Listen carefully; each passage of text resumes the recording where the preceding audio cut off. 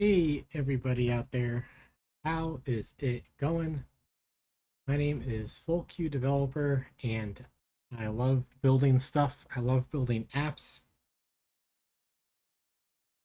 That's what we do on stream. Talk about apps and making them. One of the things I bump into when making apps is um, sign in with Apple and sign in with Google and authentication in general.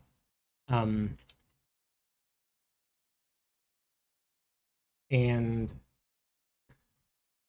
when I have a new idea, it's like I have to write the auth code all over again, and I'm getting a little tired of that. Um, so I wanted to open source some of the work that I've been doing, as I guess the name is FQAuth, as suggested by one of the sponsors. Um,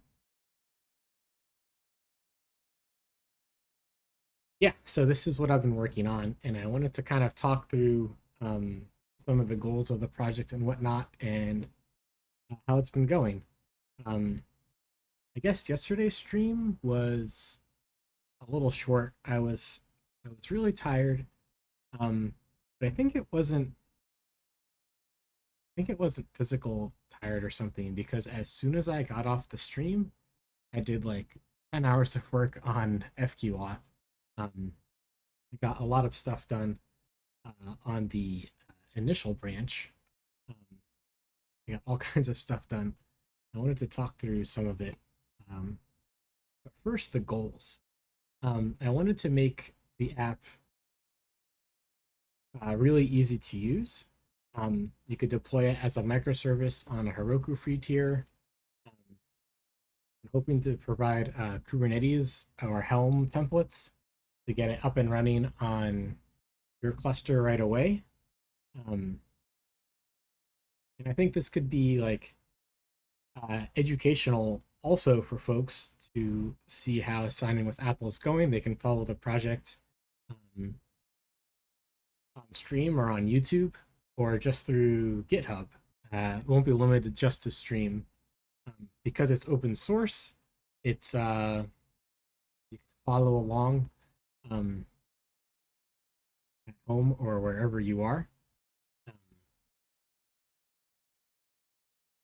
yeah, it'll serve as a reference for seeing how to do it, education for what backend Swift can look like, uh, kind of in real time as you're following along.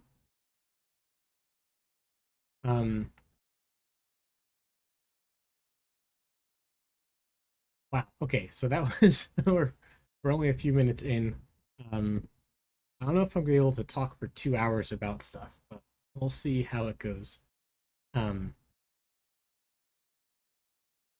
yeah, I guess we'll skip ahead to business model though. We'll come back to project layout.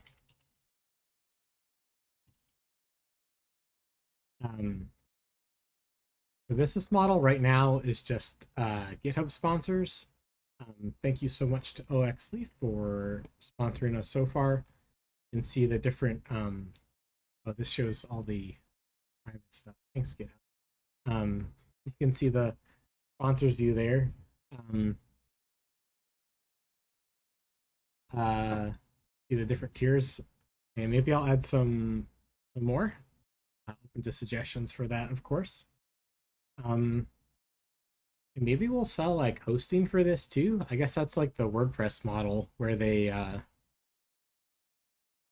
WordPress, but you can also host your website on WordPress.com. Um, that might be the totally easiest way for someone to get started. Um, we could like set it up in a way that if you stop needing our services, you still have your data because it's maybe your database on RDS or Heroku or DigitalOcean or Linode or any of these other managed database providers.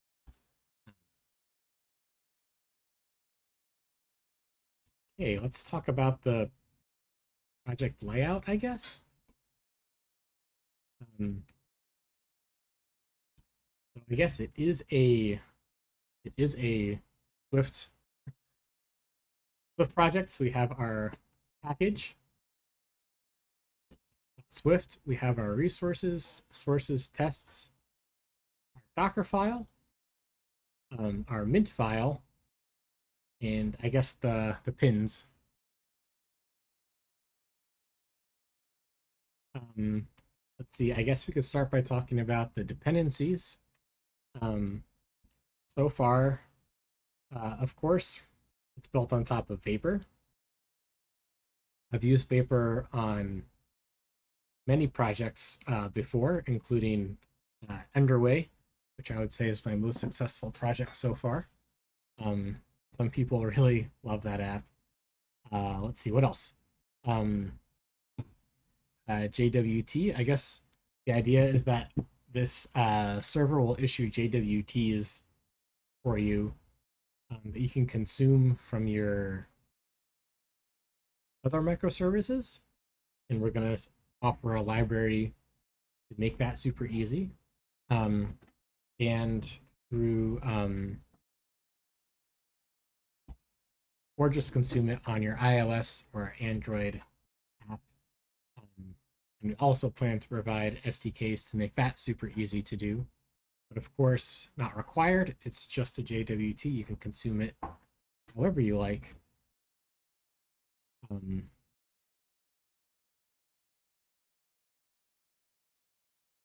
I think it would be neat if the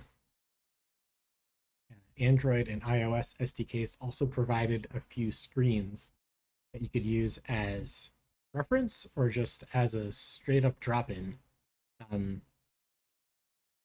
so that you don't have to think too much about the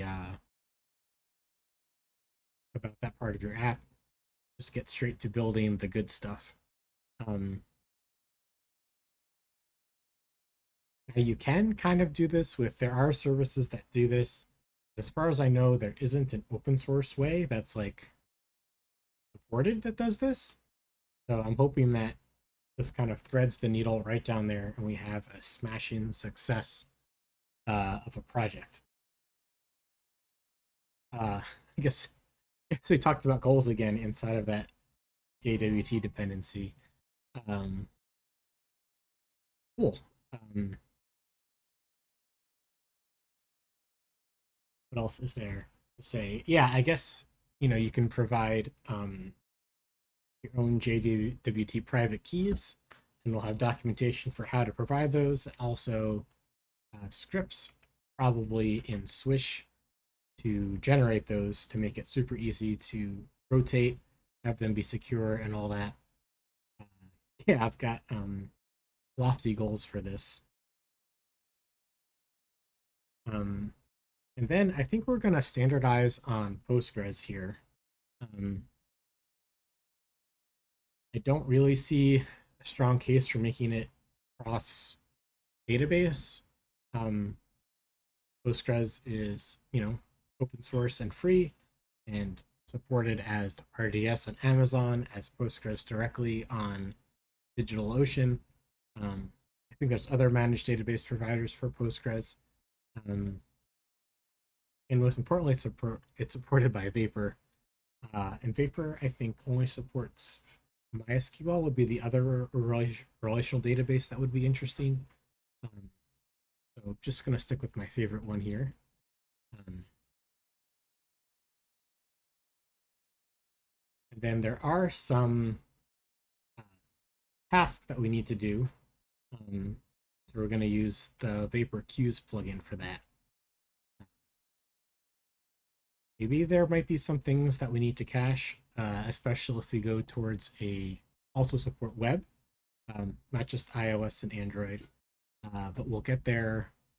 We'll get there when we get there. Okay, so that's the dependencies. Yes, we can talk about the products.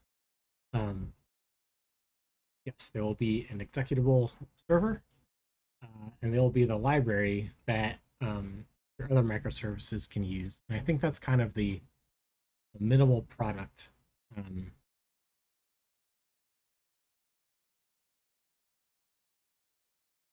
And yeah, of course, there's all kinds of things we can add on to that.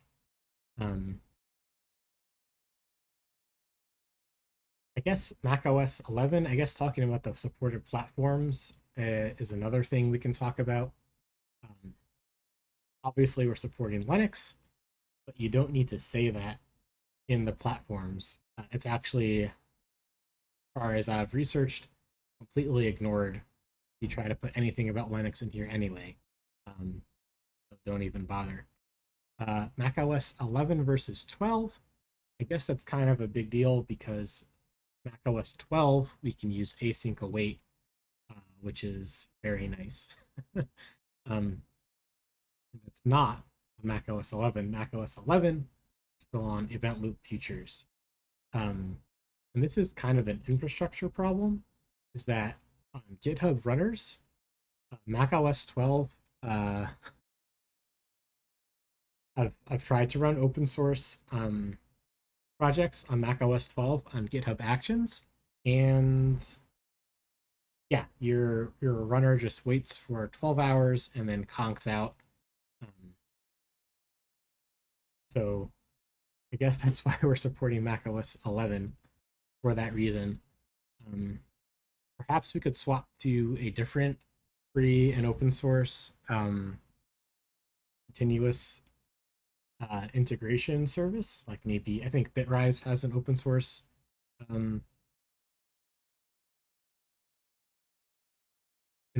tier, um, and I think they have maybe a little bit better macOS 12 support. Um, we'll see.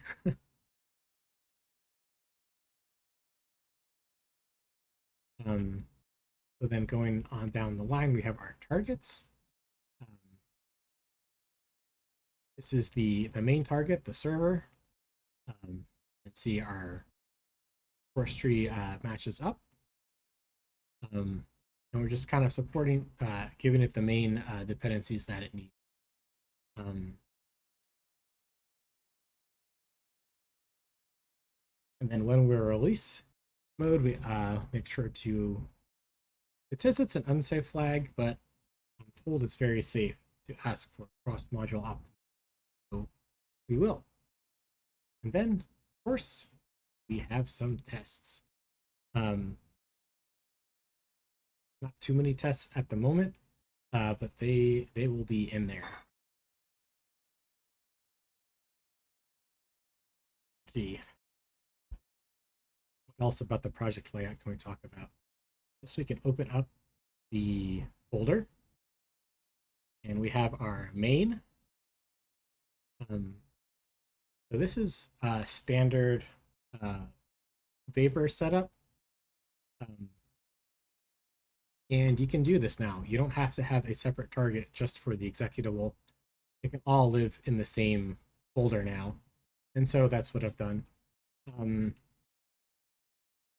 I guess we could have called this app or something. But I think calling it main is also clear. One thing you can't do is call it Main.swift. Otherwise, the compiler gives you it's cranky at you. But I guess capital Main.swift is okay. Actually, I'm kind of curious about that. So we'll name it lowercase main, command B. Yeah, uppercase main, you get this error. Or lowercase main, you get the error. So I guess it's the one place where your file system is case sensitive on the Mac.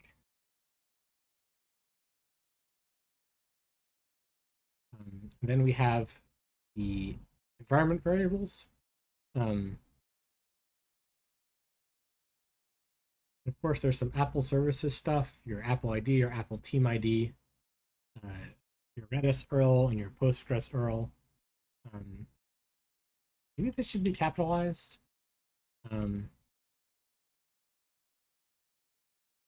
But we're also going to provide an ensure all present so that you can load up the app and not get a crash later on. You want to make sure that everything's present and ready to go for something like auth. Then, as you saw, we have the configure function. and configure right now. Yeah, I guess this is the directory listing is in alphabetical order. Here they're kind of in the order that they need to go. You need to set up Postgres before you can configure the migrations. Although perhaps those should go inside of Postgres. However, there's already kind of a lot going on in here.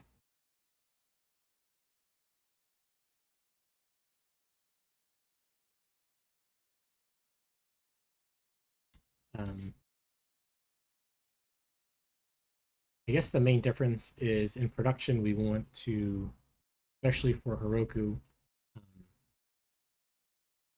you have to set the certificate verification to none. Um, and I'm not sure if that's an option we want to expose to people. We do want to make this sort of easy for people to get up and running. Um,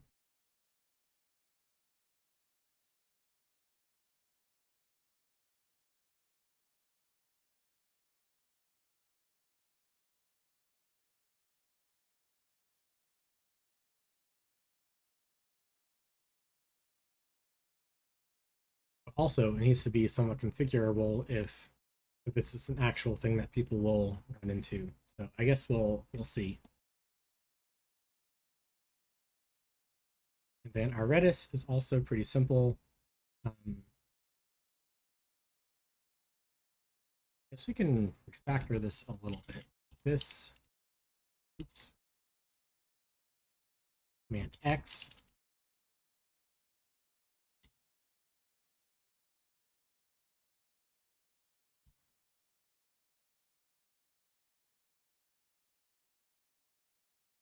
And maybe just like we did for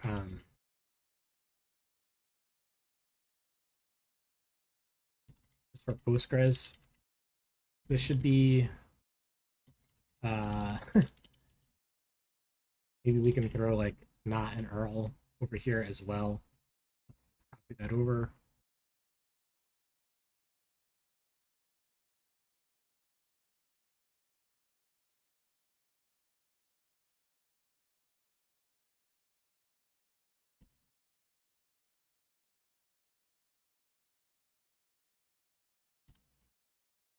Yeah, and I guess the main difference is in production, we want the, the pool to have just a little bit more leeway. But for testing and development, we do not care.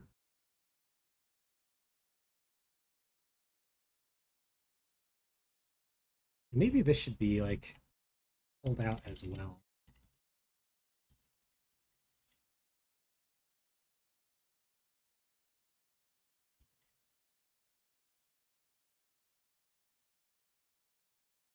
Yeah, this is this is a lot nicer to look at.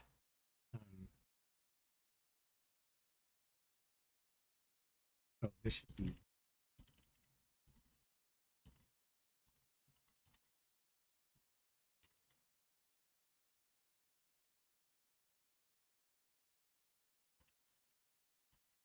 Yeah, because I guess we're targeting kind of newer people, and so anywhere we can throw instead of fatal, I think will help people get up and running. Um, Speaking of that, maybe this should just break in the default case. But then they won't have a Redis set up, and so maybe we actually do want to expose that.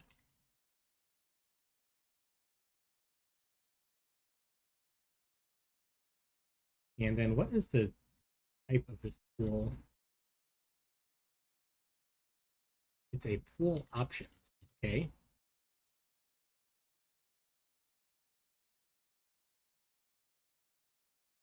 Find pool options in scope. Pool options is a Redis configuration dot pool options. And look how long this is.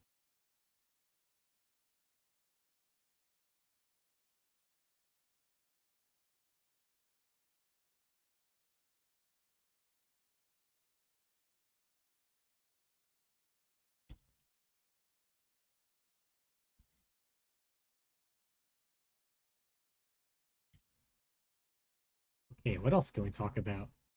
Um, we have a few routes set up so far, two controllers, healthy route, and the JavaScript web key set that your app needs to consume in order to interact with the JWTs that the service is providing. I guess the migration bit might be a little interesting. Um, so the thing with Vapor and its ORM, its database wrapper, is yeah, the migrations are a little tricky. I guess normally you would do is you would sort of say them kind of directly. You would say maybe like the create user migration is what you would do. Um, but I don't want to do that because I want to also have a direct way to talk about all the migrations, um, which I guess really means like in order to reset the database is I guess what the goal is, and perhaps that could be done more directly, like a clear database script. Um,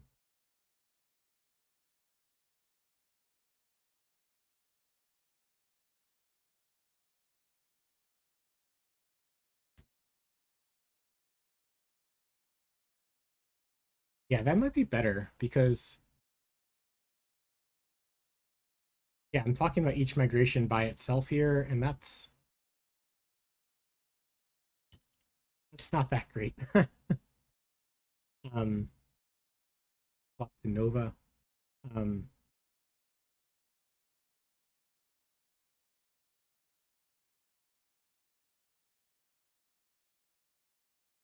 yeah, like maybe this would be like underscore testing, something like that. Um,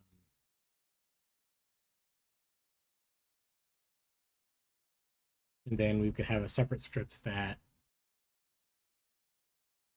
uh, runs, just resets the database.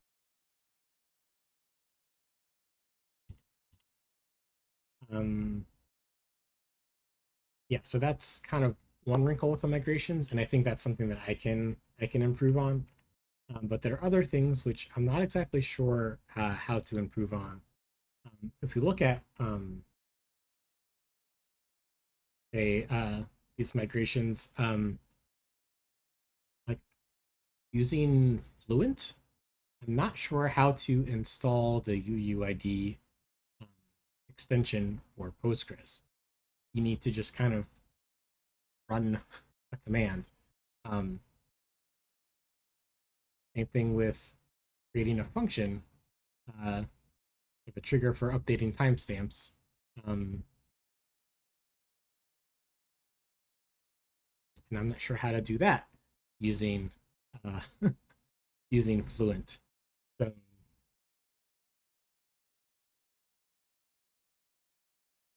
yeah, for some things I just really prefer straight SQL because that gives us control over what's happening uh, with the database. It's native, if you will.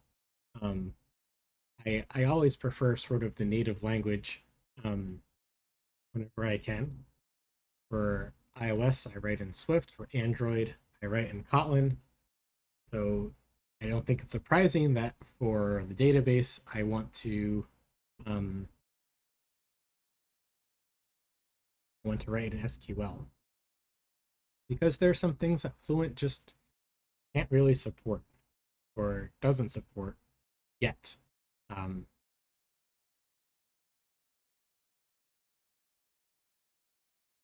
so I guess I can peel back the curtain a little bit and show how this is implemented. I have a Postgres script migration, and that's a protocol that extends a Postgres migration. And what it does is it calls database exec on all the upscripts. So what is a Postgres migration? Postgres migration it's a regular paper migration. It just force casts it to a Postgres database, um, which is what we're supporting. If it doesn't cast, yeah, it's not supported. And then we can also extend Postgres database and add easy way to execute strings.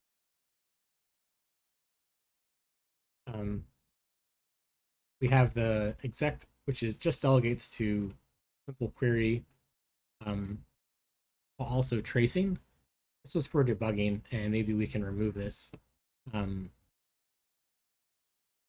Yeah, we map through all the strings and call exec on them, and then we wait for each of those in order.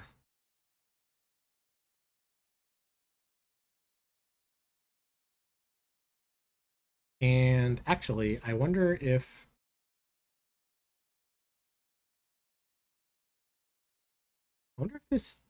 this does enforce the order. Um,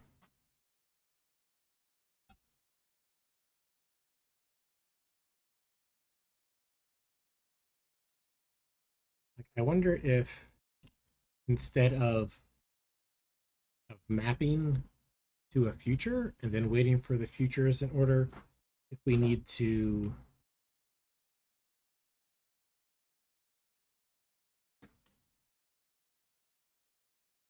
do something like that. Oh, that actually succeeds. And actually, I would say that's a little bit easier to read as well.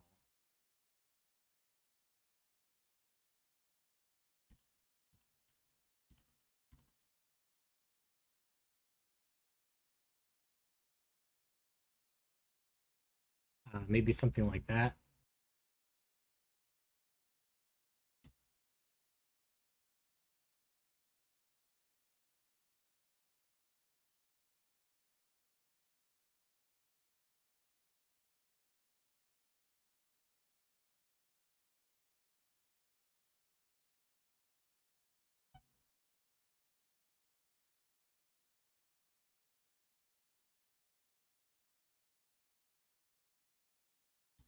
Yeah, here's the migrate down command,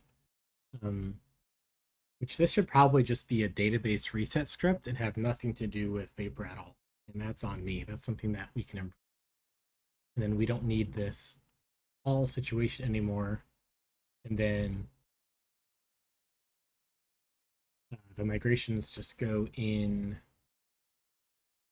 inside of configure.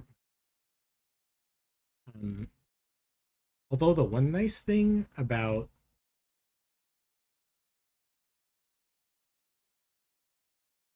having this all migrations here is that it's next to all the migrations, whereas all the way over here it's kind of far away from that, so it doesn't feel so good. Unless I move all this migration stuff into the configure folder, then I guess it would be next to each other.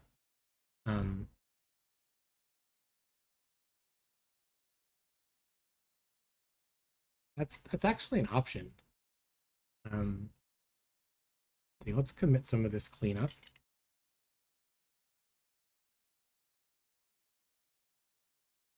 Send that upstairs to get built.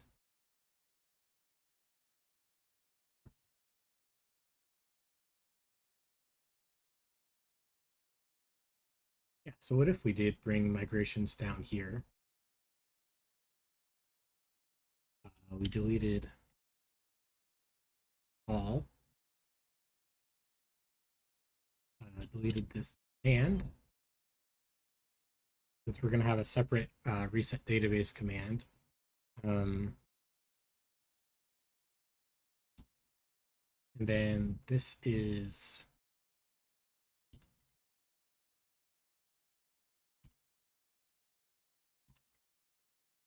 what's the order? I think it's create function migration, create user migration, create signing with Apple migration, and create refresh token migration.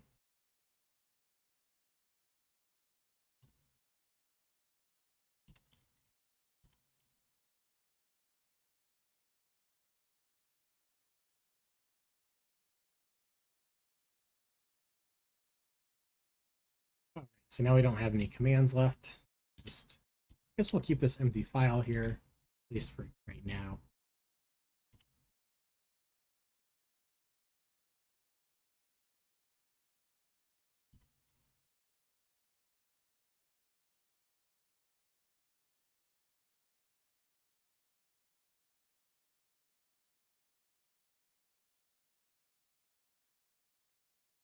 Yeah, some of the support stuff feels like maybe it doesn't go exactly right here, especially this database thing. I feel like this kind of goes back over here in the database folder. But this stuff is fine for right here. Migration util. Migration support.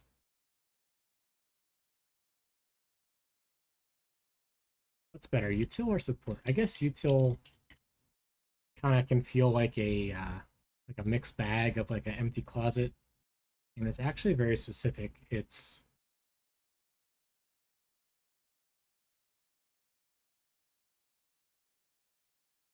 our scripts migration. Um,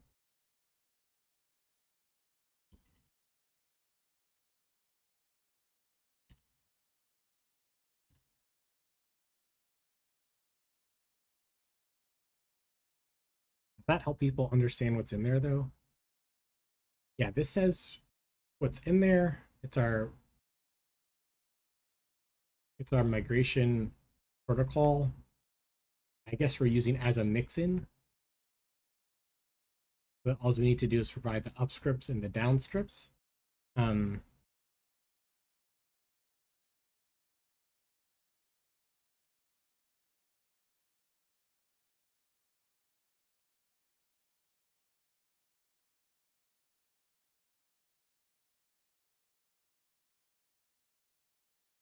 you could combine these actually. But I guess as far as single responsibility goes, um, it it does feel good to have them be separate.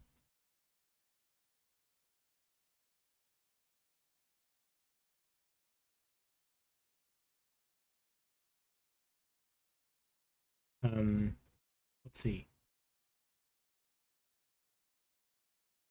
Here's our JWT folder. Um,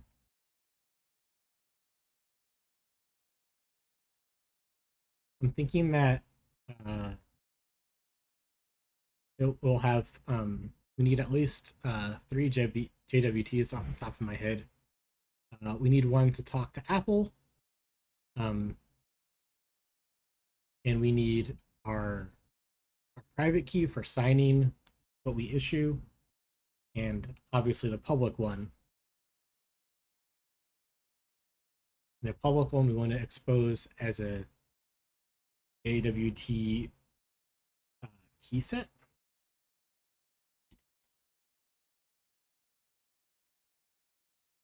If you remember back in the routes, um, we exposed that.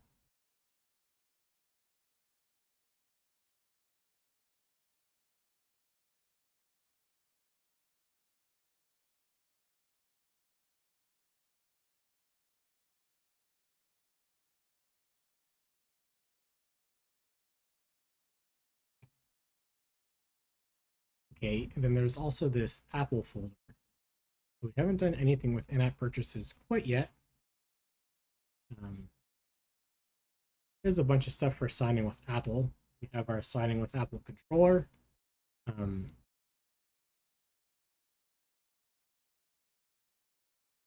the request body.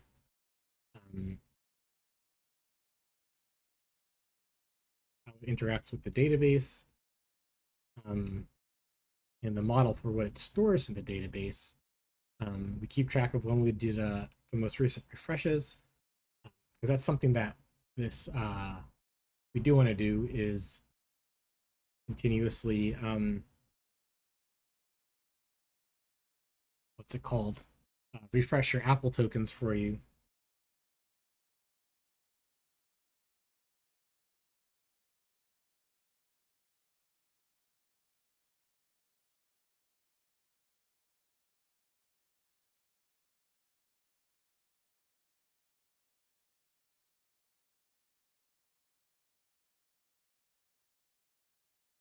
what else can we talk about?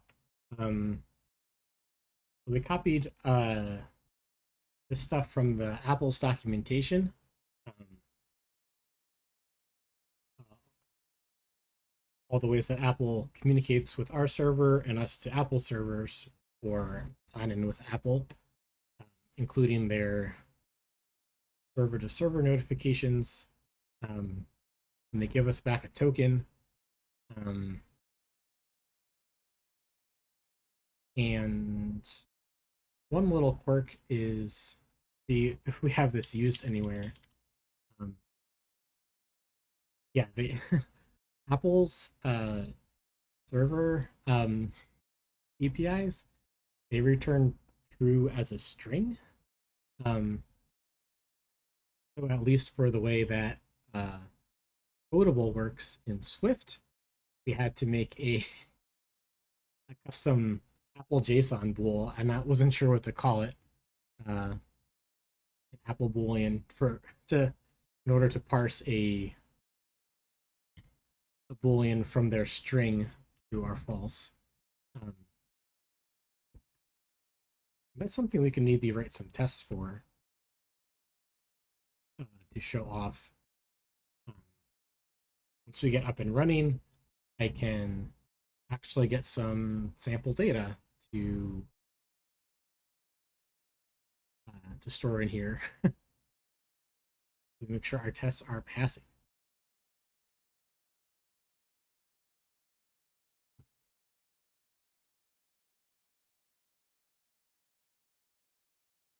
And then this sign in with Apple client is what we use when we get a request to sign in.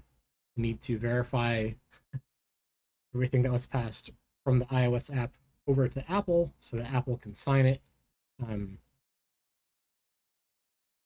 And we also sign that request with the Apple Services key that we talked about before in the JWT section. Yeah, generate a refresh token. This is the token that we use to check if someone is still logged in.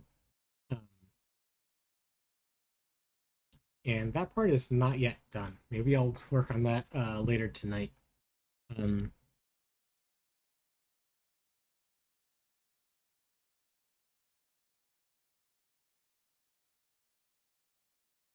then, yeah, nothing yet inside of the consumption, the consuming library. Yeah, so that's what I've got so far for working on it. From when did I stop the stream yesterday? Like 4 o'clock. Worked on it from like 5 through like 1 o'clock or so. Not like 10 hours, but I guess that's not 10 hours. I had a really good session getting all this going, and you can see there's plenty more to go. But I'm pretty excited about it. I'm also kind of excited about trying out this new format where I kind of talk through what I did and why I did it, as opposed to doing it live and talking through it that way. I feel like my decisions that I make when coding live just don't feel as good as when I'm thinking by myself. I guess it's not quite the same as pair programming. That's kind of what I was hoping for, is that it'd feel like pair programming with chat. But that's not really a fair experience to chat, because chat doesn't have source code. They don't have a keyboard to grab away from me either, the way that real pair programmer would. For this, it is all up on GitHub. You can check out the code, play around with it. Pull requests are open. Contributions are welcome. I'm going to make something really nice for people with a lot of ideas, which is who I am. I have so many ideas. And once this is up and going, more of my ideas can get up and running more easily.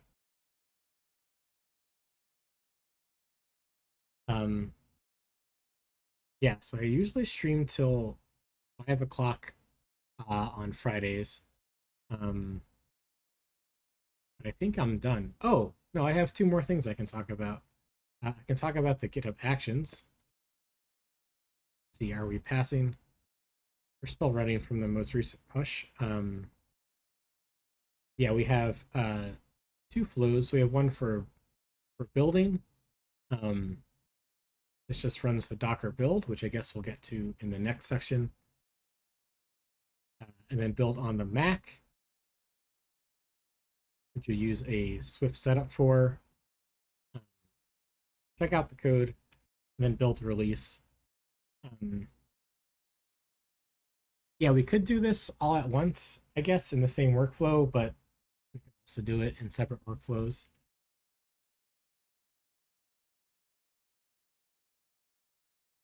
Let's see, and then we talk about running the tests.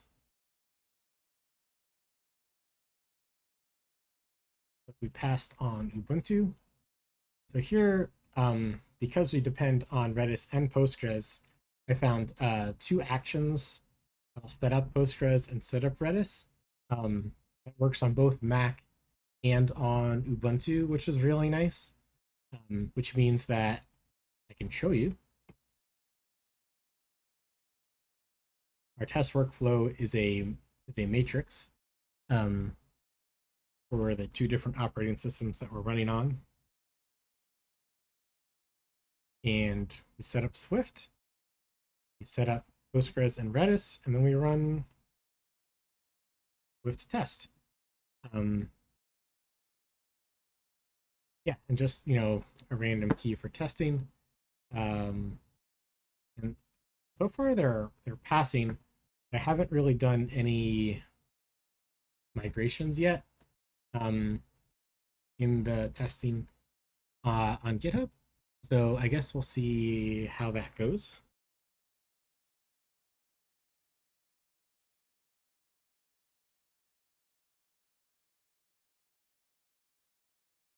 Yeah, so this is one job in test, and then build, we have two separate jobs, build for Mac, build for Docker. We could have done this with a whole bunch of ifs, but there's like nothing repeated at all except for checkout between these two. So it made sense to have two separate jobs here.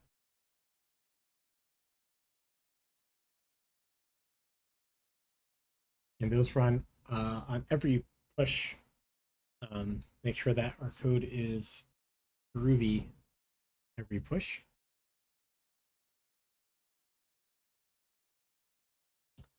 What else? The Docker file we can go through real quick. I feel like that might be interesting. I'll have a Docker file. I think that just makes this hard to read for for folks. Let's see if we can find a Docker extension real quick.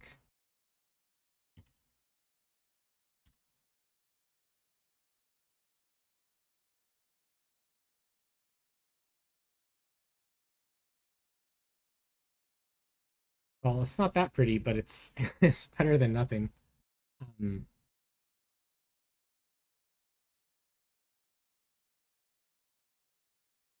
Yeah, so we're using Swift 5.6 for now. I'm really excited about Swift 5.7 and Vapor 5, but those are a little far away, and we're here now.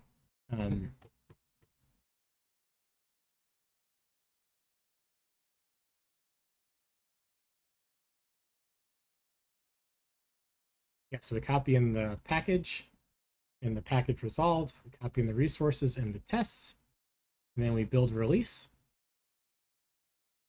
And then we copy the resources and the build binary to an output folder just to make it super easy for the next stage to grab that stuff out.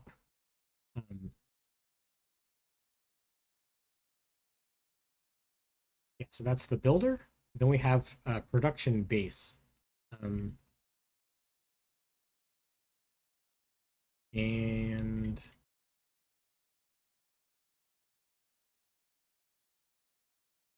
yeah, I guess the production base just gets those binaries out and sets up some user groups. And then the web one exposes a port, which the others don't need to do. Exposes a port and starts the server. Other two um, runs the scheduled worker queues, which would be like auto refreshing, auto refreshing, auto refreshing the refresh tokens for signing with Apple. And in addition, any queues that happen to go off, which I'm not sure we have any yet. It's still a work in progress. I'm also kind of surprised that these have to be separate. I guess we also maybe want to have like an admin panel too, huh? For people to get in and take a look.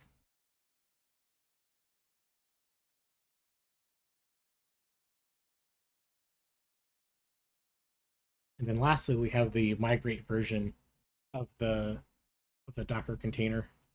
Um,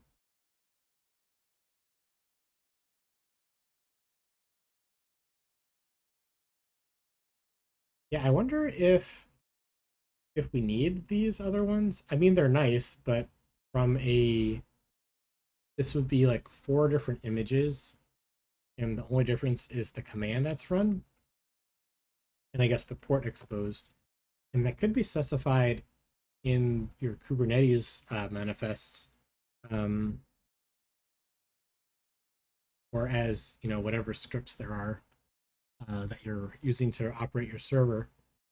I guess I should look at the Heroku YAML to see uh, what we need to do here. You know, on Heroku, you get one web and one worker, and we have 2 workers here. Wait, but that's just the free plan. Free plan. Um, oh, all our chest pass. That's nice. Where's the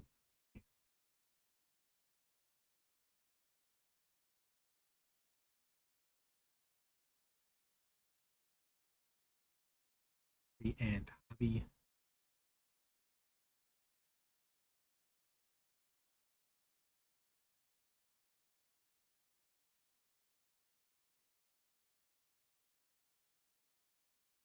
How do I get how do I see how many? Oh, you get 10 as hobby. Okay.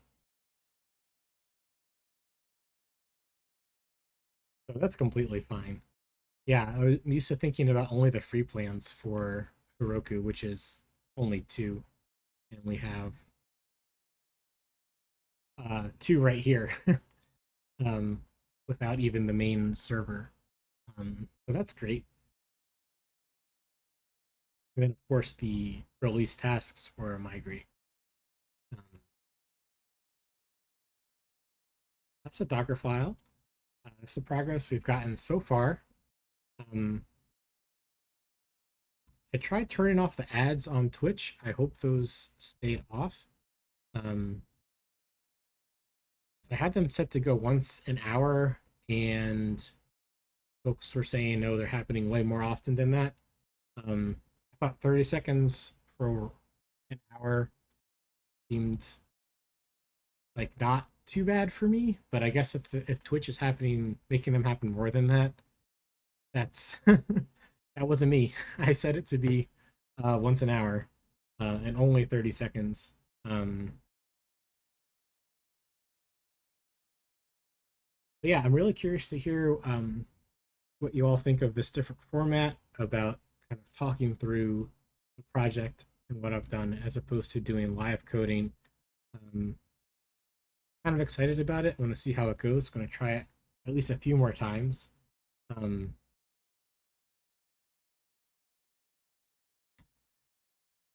uh, yeah. So I guess you got the we got the big weekend coming up. I'm hoping to do some stuff for the stream over the weekend. I'm hoping to have like a Q&A section. I want to make this more like an office hours. If folks have like a question, need help solving something, um, drop a few channel points or some bits or something, and I'll help you out for half an hour or an hour live. If you have questions about career stuff or how to get started with Swift or Vapor, um, yeah, kind of like the idea of people know like where to find me. Um, Also considering trying out a different time slot. Um, I feel like this is the middle of the day for the US, and the end of the day for sort of Europe and Africa, and I guess the middle of the night for other parts of the world.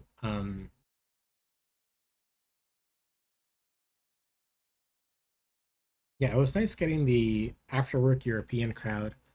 Um, Maybe I'll have like some streams. I guess I could have like different streams at different times, um, on different days of the week. Um,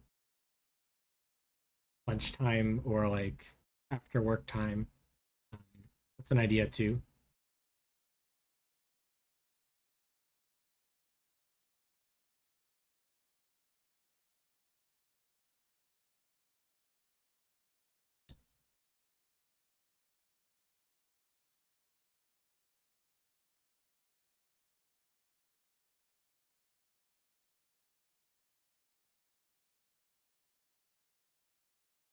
Yeah, I think that's all for today. I'm excited for the new direction. Excited to try out some new stuff on stream. I'm really excited to work on this open source project. I think it's going to be really helpful for folks. Um, I think it's going to be a good educational stream for folks interested about server-side Swift and about authentication. Um, Hope you all have a great holiday weekend. Uh, let's see, I got my website at fullqdeveloper.com. I need to sort of update it for this new direction. Um, we got the link to the YouTube with all the past episodes. Link to the Discord to stay in touch or chat about any of these projects. Twitter for stream updates, um, and Ko-Fi. But I think I'm gonna change the link to be GitHub sponsors since maybe that's a little bit more interesting these days. Um, Here I go thinking again. All right, have a great weekend, everybody. Thank you for watching.